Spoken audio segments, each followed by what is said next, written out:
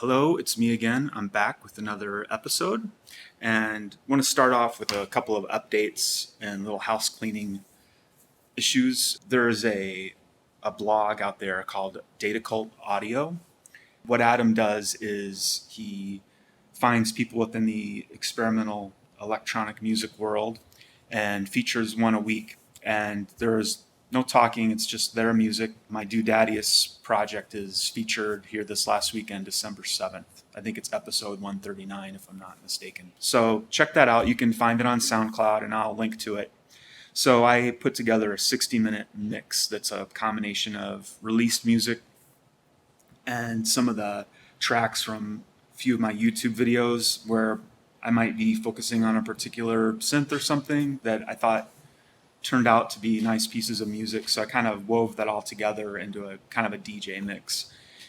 And as I was doing that, I was listening to some of my releases from the last few years and kind of had gained a new appreciation for them because since I went on my own a couple of years ago, they have been coming down from Spotify and iTunes because I'm no longer on that label anymore, and I was kind of lax in getting them put back up because which I think it's common with artists, I think, as I was kind of feeling insecure about them or not, looking at them thinking I would never produce music quite like that today. But as I was putting together this mixtape, I kind of gained the new appreciation that, it's a good snapshot of where I was at that time. And I am proud of the work I put into them and the quality of it. So, and a few people had asked me what happened to them. And so I went ahead and put those back up. I used DistroKid this time, which is a great way to get your music up. It's much faster than TuneCore and much more affordable. So that was a great experience. So yeah, all my releases are back up on all the streaming platforms, and then of course Bandcamp if you want to buy and download them. So one of the guys that was featured previously in the Datacult series was Tom Hall, from who I'm sure many of you know from Cycling 74. He's an artist, performer, and a major Max MSP guru. And I had met him earlier this year. Somehow we got connected, and he was very generous with his time and helping me kind of wrap my head around the Max MSP world as I was designing visuals for my live set. And then I got to meet him when I was at Synthplex, and we sat down and had a coffee. This time when I was in LA, we actually sat down for an interview. So we talk about his history, how he got into this whole thing, his approach to performance, programming, what he tries to achieve in his performances. It's very interesting. I have to say, one of the really great things about talking to Tom is that he embodies a lot of the same ideas that I've been talking about in this vlog up till now. These vague notions of humanism kind of creep in, whether it's when it comes to his approach to his performances and what he's trying to achieve. He talks about how he's really into taking us out of the linearity of time and having an emotional experience, in his shows. And he talks about, as he performs, how, you get to that point where it's muscle memory and you're really not thinking about the technical aspects of what you're doing, but you can really start to perform. And a lot of time people refer to that as that state of play or being in the zone. And I'm going to explore that further in an upcoming episode, but it's something that really interests me. Again, I apologize for how long these are, but he's very interesting to listen to, so I just pretty much left it uncut. And then, I like to usually include some tech content. So right before we start with Tom, I do a little 2-minute explanation of one of the modular synth tricks I like to do, which is running different timbres through a matrix switcher, using that to kind of shift timbres, in this case with a melody. So I'm going to show you how we do that, and then we'll jump right into the interview with Tom. And here we go. The Mutamix is at the heart of this, and it has 4 voices going into 4 of the channels. The cycle box is creating more of a pretty raspy, complex sound. And then similarly, Shapeshifter is creating a pretty complex, noisy sound with a lot of FM on it. And then Akimi's Castle is creating a little bit less of a crazy sound. And I'm modulating one of the modulators with a little LFO, so it has a little motion to it as it plays. And then the 4th voice is cleaner. It's just the sawtooth waveform, and I think it has a little vibrato on it from an LFO. So those 4 voices of varying complexity go into these 4 channels, and you can set the Mutamix up, and you can do this with other switchers. You like the sequential switch matrix will do it. You can set it into this mode where you can program within the 6 settings here. You can program different combinations of the voices, so you can mute different combinations and levels, and so you have six variations of which voices are playing. And then I'm sending a clock into the random input, and it's just randomly selecting which combination of voices, or if there's just a single voice to play. So what happens is the tone shifting, and then it does it to the rhythm. So I'll play it here.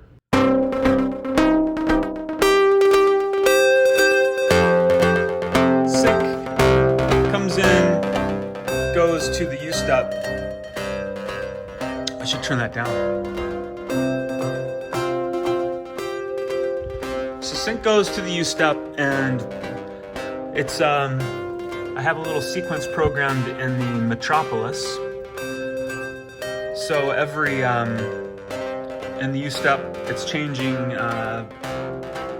the note every 2 beats, and then every bar is the green trigger, and that is what is changing the combination. So you can see the mutes shifting around every bar. So, and then the whole thing, all the voices together are going to a filter to the Metropolis. So I can kind of vary it. And then I'm also playing with the release time. Now you can start to hear some of the complexity of some of the voices in there. Here's some of the FM.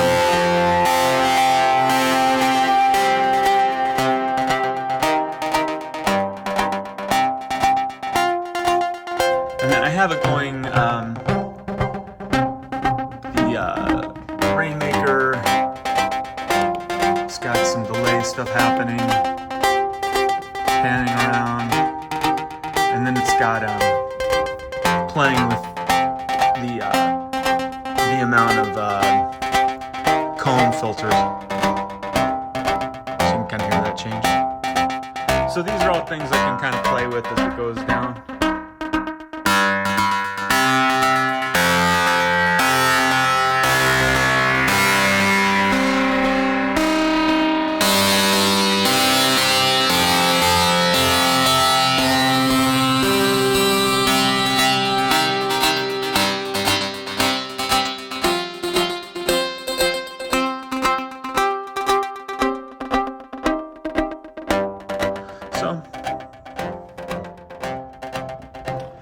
So that's it. I'm here with Tom Hall from Cycling 74, and a renowned, world-famous electronic audiovisual artist. Is that accurate? That's pretty close. And we're gonna have a little chat. So maybe you could start by giving us a little history coming from Australia, from Tasmania, and what got you here. So I've been working with sound now for coming up to 2 decades pretty quickly, and it all started with a degree. I left Tasmania where I grew up. To go and study photography. At the Australian National University, and I left there and got to Canberra and put in my first year and put in my second year. During my second year, there was an opportunity to put in for a residency grant type thing where you got to go and study abroad, a scholarship. So I put in for it and I got it, and I got to. This was actually my first ever trip outside of Australia. Was this to Japan? To Japan, Okay. to go to Kyoto Seika University. And this is right at the start of 2000. And people, email communication then was still not at the level it is now. And I still remember the sensei when I got there saying, no photo media. And there's no photography department. And they put me into, yeah. And I'm like, oh damn, I'm here for a year. I'd signed up for a year. So I'm like, oh, so they put me into Airzo studies, which was video and sound and music. And I already had developed in my course of my photography practice an interest in video and stuff like that. So I was like, okay, I can roll with this. And they put me straight into I was behind on the class year that I was in because they had already done another year or two of foundational studies in sound and video and stuff. So I was in the deep end. They put me in After Effects study. They put me into Premiere. They put me into Pro Tools. And I was like, what the hell is all of this? Like, what's 44.1K sampling rate? I have no idea. You were starting from zero. I was in the deep end, and I never, I was in J-pop recording sessions. And I mean, but it was all at a very commercial level. It was all really much about getting into the commercial industry. And I came from a more kind of arts, conceptual oriented degree. So I was more interested in making actual artwork with video and sound as opposed to landing a commercial job. Yeah. So fortunately, my sensei was observing my. It wasn't struggling. I was adapting very quickly, but he could probably see some reluctance, and so he took me aside and asked me to come to his office and showed me Max MSP. And wow. I was, it looked. Did the light bulb go off? Oh yeah, I mean, immediately it looked wild, and I was like, what the hell is this? It's amazing. It looks amazing. It looks insane. He shows me some things it could do. Then I realized during this conversation that I could build my own ways to process sound and process audio and video and data, and that it's basically a palette of limitless potential. Yeah. And he gave me patches. He told me how to use Max. He told me how to get a license, and I just immediately started using it. And it takes a while to get some core competency in Max, but I was using it in combination with I'd just record stuff in GarageBand and that, but squirt it out of stems and then take it all over the Max and really make what I wanted with it. And were you making music that you would then finish and have a release that was? Yeah. Okay. Yeah. So I kind of was just making sound and giving it to friends. I went back to Australia after a year and was just obsessed with audio and visual media then. Yeah. My honors graduation exhibition were AV installations. There were not a single photograph. Yeah. I pretty much didn't take another photograph after that. Wow. And somehow I got first class honors in my AV installation. Wow. And then I was really adamant that I wanted to make an album. So straight out of university, I applied to the Australian Arts Council to get a grant. I was successful. I got a grant to make an album, and then I moved to Brisbane, Australia, and I was like,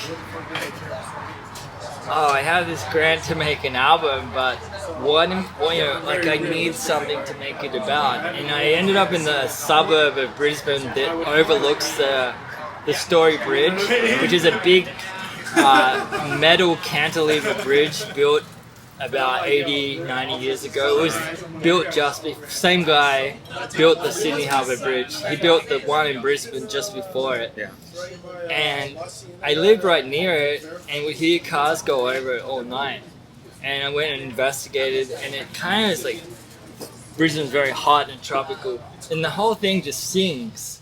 It just sings and creaks and groans all day. It sounds phenomenal. It'd be interesting to throw that sound into. Do you ever play with Isotope RX? Oh yeah, I would love to go back and record it better now, because at the time I had some pretty primitive contact microphones and different things, and I did get a lot of recordings, and I ended up making an entire album based on the bridge, and processed it, and made rhythmic elements out of it and all sorts of stuff. And right around that time, I was doing an AV installation in a gallery space, and it was open. The space during one night got broken into, and all my AV gear that was part of the installation got stolen. Oh no. And the city, the main national newspaper called me because they wanted to do like a hard luck story. Artist loses all his gear, blah blah blah. And I was, why this person from the newspaper is calling me? I'm like, I was thinking, I don't want to be that person in the news, like people feeling sorry for me and that. So I thought, while I was on the phone, I'm like, oh, I have an album coming out soon. So I'm like, oh hey, how about this though? I have this album that I'm about to release, and it's based on the story bridge. And the girl got super excited. Really? And then they want to cover that, and I think she forgot the original reason that she actually called me. Wow. And they do like a page 2 full page spread on my album in the newspaper. Get out of here. Yeah, so of course the Australian Arts Council was like, oh amazing, we gave him some lunch money, and look what he did with this money. So then I applied to get a touring grant to tour the album. I get that. I go and do this touring album, and then I did some of those shows got reviewed in like a... How were you, just real quickly, how were you performing at that stage? At that time it was, I wasn't using Max Live at that time. I was using Max primarily to process, and so I was using a whole bunch of different Samplers audio material that I would play back. Somewhat using Ableton, and some live instrumentation. Yeah. Okay. And that too had an AV video component too. So I was using a bunch of footage that had been taken from the story bridge, and then reprocessing and manipulating that live as well. And that's where I was using Max Live. Actually, I was using the jitter side of Max. Okay. And anyway, this kind of just kept snowballing for me actually. And then I started touring abroad, because I'm like, oh, you can only tour so much in Australia. Right. You can do maybe 1 or 2 loops around the country a year before people start getting sick of you. Stop coming. Yeah, you can only do so much. So I'm like, well, let's see if I can go abroad. And so, booked some tours just through word of mouth, and like I was really fortunate to live in Brisbane, where Lawrence English, a kind of renowned sound composer and artist, and he was really great. He was like an informal mentor, and at one stage, for a short time, a formal mentor. We did a collaboration together, and he had already toured abroad a bunch, so he was really great in helping me kind of approach that and helping me with some contacts and stuff. And so I went abroad and toured. And I did that a few times. I'd go to Japan, and then went to the UK and Europe, and then I got one of my last kind of Australian funding things was I got the Lord Mayor's Fellowship in Brisbane. Sounds official. It's very official. But basically, you get some funds to go abroad and advance your career. Okay. So there was an artist I wanted to work with in San Francisco, and he agreed to have me come there. I'm not going to name names because this actually didn't go to plan. So I get there, and he was pretty apathetic, and just wanted to get the paycheck and wish me well. And but as it turns out, prior to that, I had experienced this guy, Scott Arford's work in Australia, and it really kind of stuck with me. It was this amazing audio-visual installation that he had done in Australia, but he didn't come out with it. But I remembered that he lived in San Francisco. So this was like 2009, and I'm like, let's shoot him a message randomly on Facebook. Yeah. And he replied within like a minute. And I just said, hey, if you're interested, I'd love to grab a coffee with you or something. And we got a coffee. I told him about the situation I was in, where I just had come for this mentorship and it wasn't happening the way I was expecting.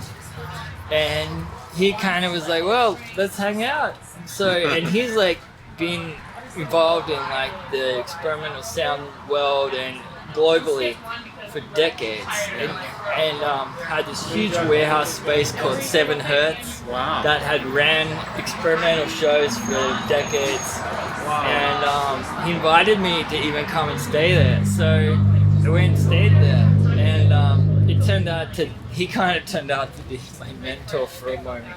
Amazing. And great friends. Wow. I performed with him just recently in San Francisco, so that was fun. How long did that collaboration or relationship kind of... Well, I just had a couple more months there, okay. And then I had to go back to Australia, but we, we're still in contact, and we still like feed off of one another and talk. Awesome. And so what happened then was I went to New York to play some shows at a really cool like space called Monkey Town. Mm-hmm. And while I was there, I walked into a coffee shop and my wife was there. Now the story is that actually this girl, I had met her in Japan prior when I was studying, getting introduced to Max. She was also there on a scholarship, and like at the same time nothing romantically had happened, but then, and we never kept in touch. But 6 years later, I walk into a coffee shop. Last time I'd ever seen her was Japan, like a long time ago, and she was there, and I saw her and thought, oh, she looks familiar. But then I was like, you don't know anyone in New York. What are you kidding me? You just want to know her because she's pretty. But she has a better memory than me. And she saw me walk by, and she was with some friends, and she said, oh, I think I know that guy. And then so she like tapped me on the shoulder and said, I think we were studying in Japan together. And both of us was like, whoa. And so some romantic stuff started to happen, and then my visa was running out. I was only on a 3-month thing, so I invited her to come to Australia, and she came. Wow! So we ended up living out there a while, and then she's an actress and a model, and wanted to come back to LA. Her family's here, so I was like, I'll give LA a go. But I didn't have anything lined up. I was just like, oh, I'm gonna have to hustle, and fortunately, when I got here, I got connected with the Cycling 74 guys and ended up being offered a job. So, amazing. I mean, they knew of me because prior to that, I'd been involved. I was involved with the Max for Live alpha beta testing, and so that alpha beta list was administered by Cycling 74, not Ableton. And so the guy running that was from LA, and he took note and remembered this. Like, he's a Kiwi, so he was like, oh, there's an Australian guy on the list. So he remembered. Amazing! I can't believe he remembered. And that was about what year? 2011. Okay. So I bumped into him at a show. I went to see the guy he was collaborating with actually, and then he remembered me, invited me over for tacos, and I turned up on time. And he was like, oh, okay, that's a test actually. In this city, turning up is a test. Wow. And if you're on time, even better. But and it was interesting though, because the first time they offered me a job, and then I had to decline it because I was still waiting on my green card. Oh no! I thought that's it. There goes one of the best opportunities I'll probably ever have in my life, and it's gone. Goodbye. Yeah. Like, I was so devastated. And then about 9 months later, seven or 9 months later, Andrew calls me again and he's like, oh, you still need some work? I got another job. Wow. And I was, super fortunate. And then this whole Luckily- time you've maintained still creating your own music, still performing. Still, Yeah. I mean, I like making albums, but it's not this. I don't think I like that. You know, for me, it's not as important, I think, as it is for some other people. Like, That's one of the questions I was going to ask you is how you view those releases, and if they come about because you've created enough material that you think, oh, I should release that, or do you specifically set out and say, I think I want to do an album? You know, I release mean, like this? I'm excited to make my next album. It's the core aspects of it are probably already in place, and I just need to refine a few other things. And this will be sometime next year. And are these releases, are they related to how you perform live? And the Yeah, material so you for create? me, I find what's funny, and I mean, I think other artists do this too. I'm not certainly not the only one who does it, but I think it tends to be that an artist will make an album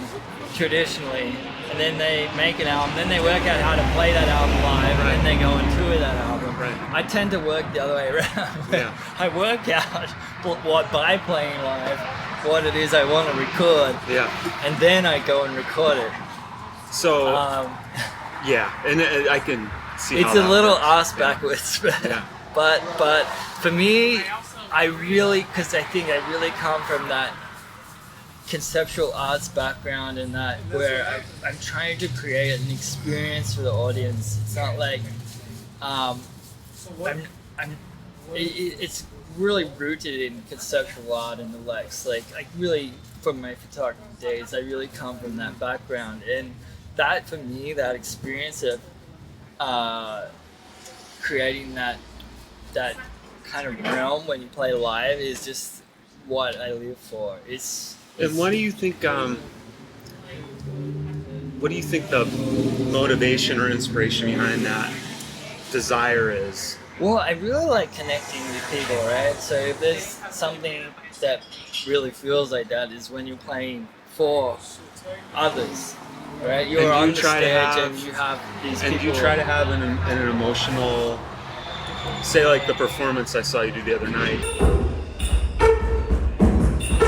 Is there an emotional intent or an emotional arc to?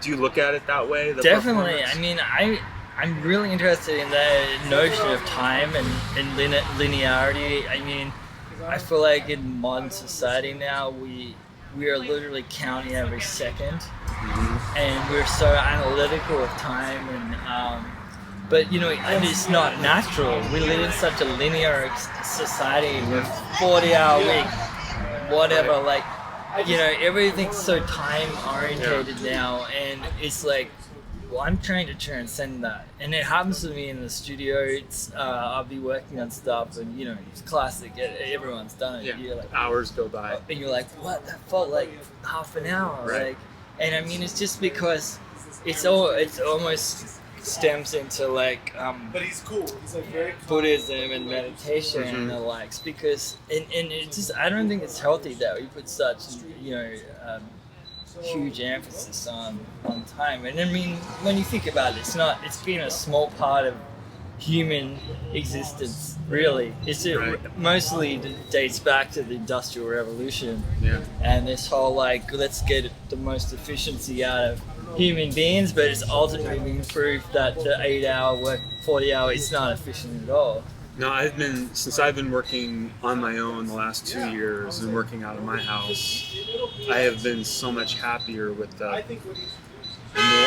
more organic approach to my day. Yeah. You know, it's like I Totally. want to get up at 5 a.m. and work for 4 hours And then take a break. and go ride my bike. Right. And when you're on, you're Right. on. Right. So again, from the other night, and you're talking about time. So is it kind of time bending in the sense that you want to draw people in and remove them from time a little bit? Ideally, my audience is not thinking, oh, I hope he stops soon, or Yeah. or like, oh, or like, oh, this has been going for half an hour, or so. Ideally, they're not counting any moments of time, and in fact, they're getting lost, Right. and forgetting about, we were just so inundated with data and media, and especially in this country these days, and it's like really few moments when you can turn off. One of the few is when you get to go to sleep, and even then you might be dreaming about it.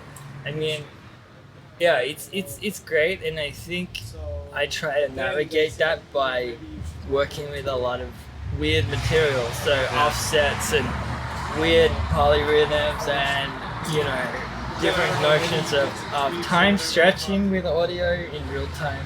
So when you were, I've read a little bit of how you set up your performances, and it seems like you create you have a visual world over here with a bunch of audio inputs, whether it's reading frequency, and those, and then once you start playing the audio, that is essentially playing the visuals in an automated way, right? Yeah, the visuals don't do a whole lot until you start feeding it audio.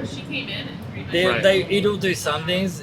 There's a color, there's a line, but and there's some like geometry, but ultimately with a tool, and it's funny because I instantly know if the audio is not getting through to the visual. Like I can see it. Do you have because I noticed you're turning around, so do you have a little screen that you can see what's playing? I did it on the weekend, so that's why I was looking. But I was partly also just having a moment myself, just being like, because I have a touche, the kind of like the controller, which is really unique, and I'm using it in a way to control like multiple parameters at once, and I was really enjoying seeing how large it was and seeing as I would move how the visual would move. So let's talk about the musical aspect. So are you basically creating,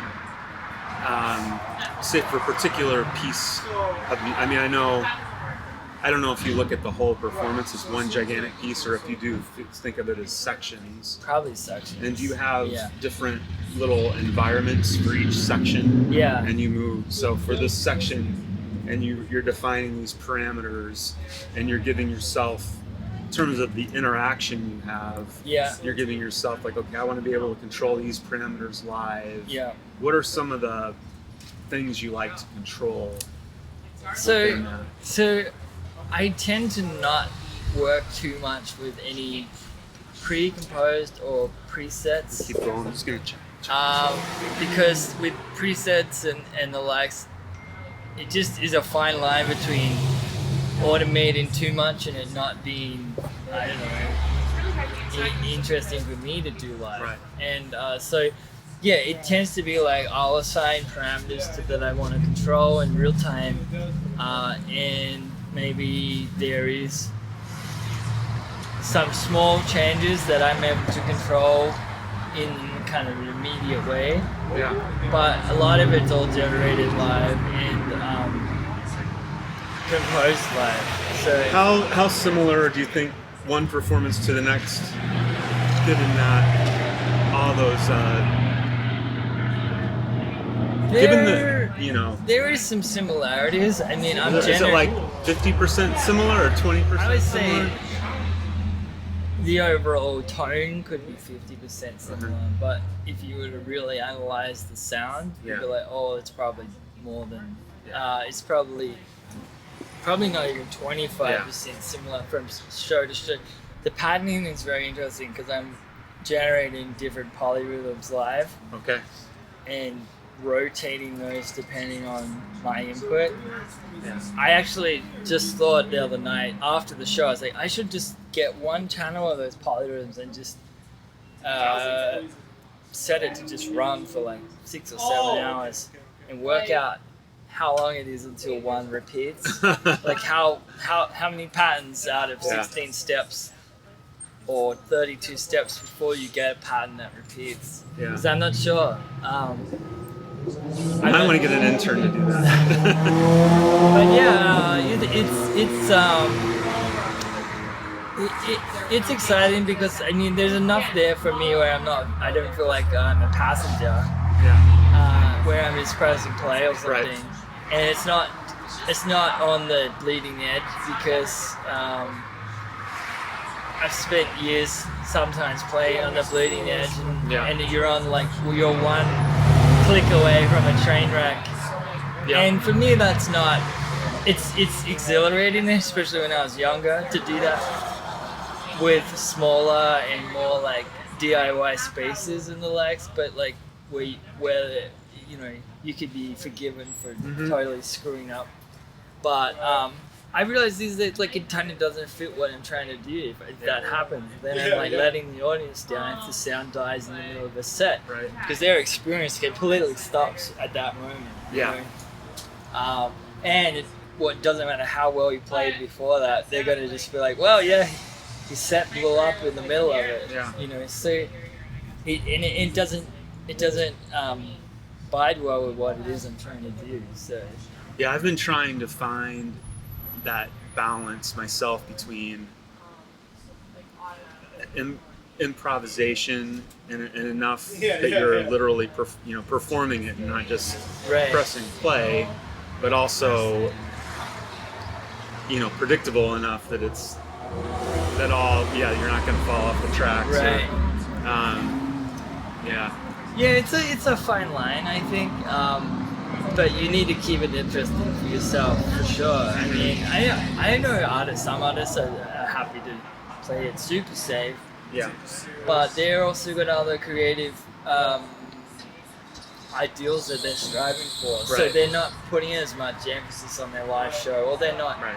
as concerned with having that level of control. I think really a lot of it's personal preference.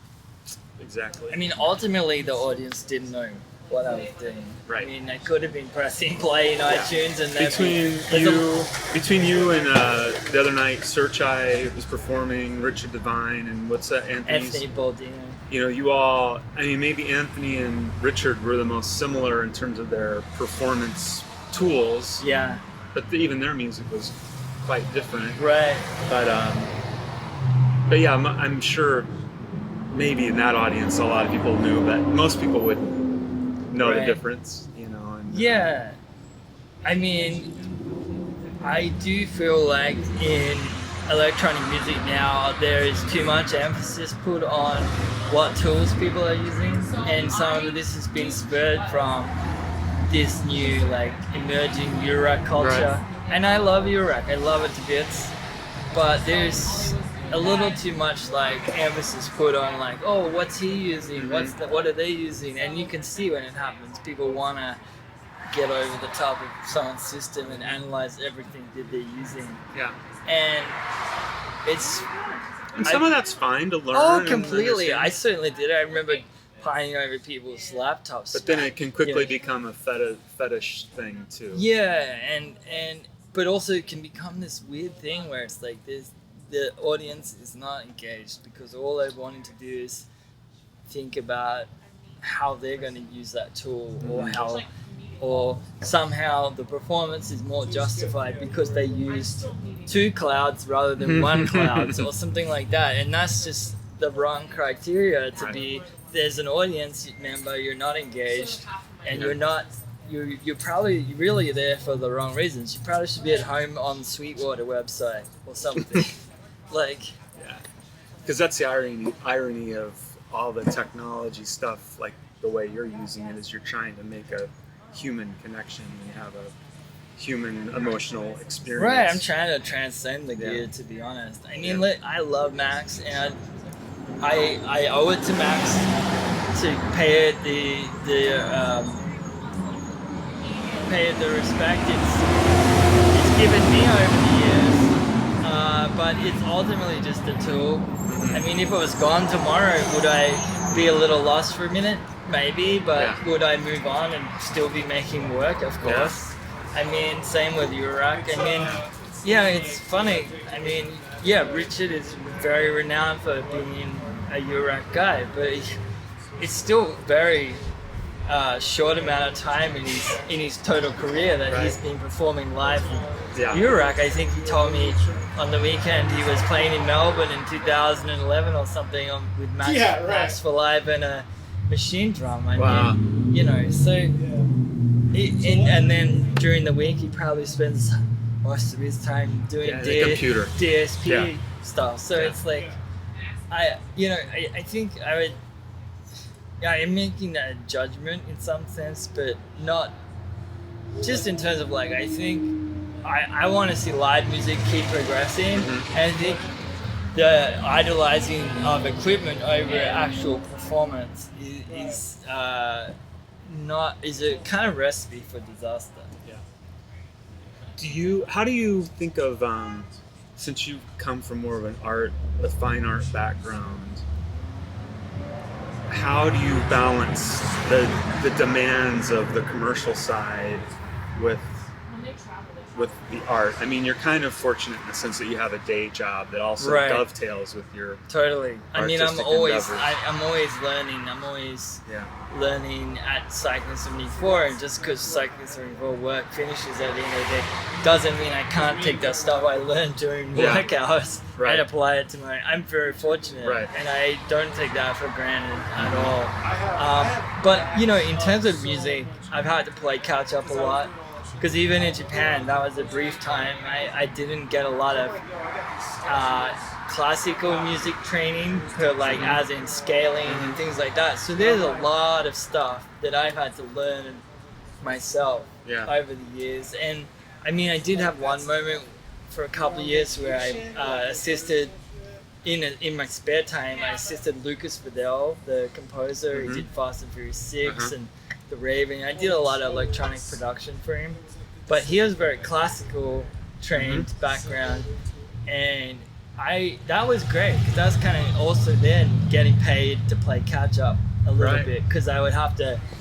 although I'd be helping him with the electronic side of thing, I had to know what he was talking about when it came to scales and keys and all of this stuff. So fortunately I've been able to pick that stuff up. Am I really great at it? No. It's always something I could be better at. But I certainly understand it enough to keep out of trouble. Yeah, to me the ideal is trying to find that balance between scoring commercial projects, you know, whether it's a documentary or long form, a TV series or whatever, balancing that with still being able to create your own music, perform, you know, and have those feed off of each other. So, but everybody's got to find their own way to achieve that, or try to. Yeah, and it takes time. I mean, I tend to go in ebbs and flows with even performing live, because I love playing live, and I have been on a string of shows now since August, and I still have a few more weekends to go. But then I'm gonna have a break. I find it destructive to play. It takes a lot of energy to prepare. Yeah, and then to make an album, I need to sit in the studio and not be dragging stuff out every weekend to go and play live. And then I can make an album. I'm kind of at the same place. I think it's not uncommon, but it's exciting. I mean, I'm excited to get into this next album. But balance of everything's key. I mean, I think when I was younger, I would just do all sorts of just extreme touring, like trying, you know, I'd go to Japan and I would try to book every night. Wow. Like I went there for 2 weeks one time and played every night. Wow. Yeah, I got the Shinkansen tourist ticket, the one that gives you basically unlimited travel. And I didn't really care where I played. So I would play in Tokyo one night, play in Osaka the next, then go back to Tokyo and play the next night. Yeah, I really would do, like, my aim was just to like play every night. But at the time, I mean, it's awesome for where you were at that. Totally. And it was like, what I loved about it was if you did that, is you would go home and you would be able to punch out and make an album or record all that material and be so tight because you've been playing it constantly. Wow.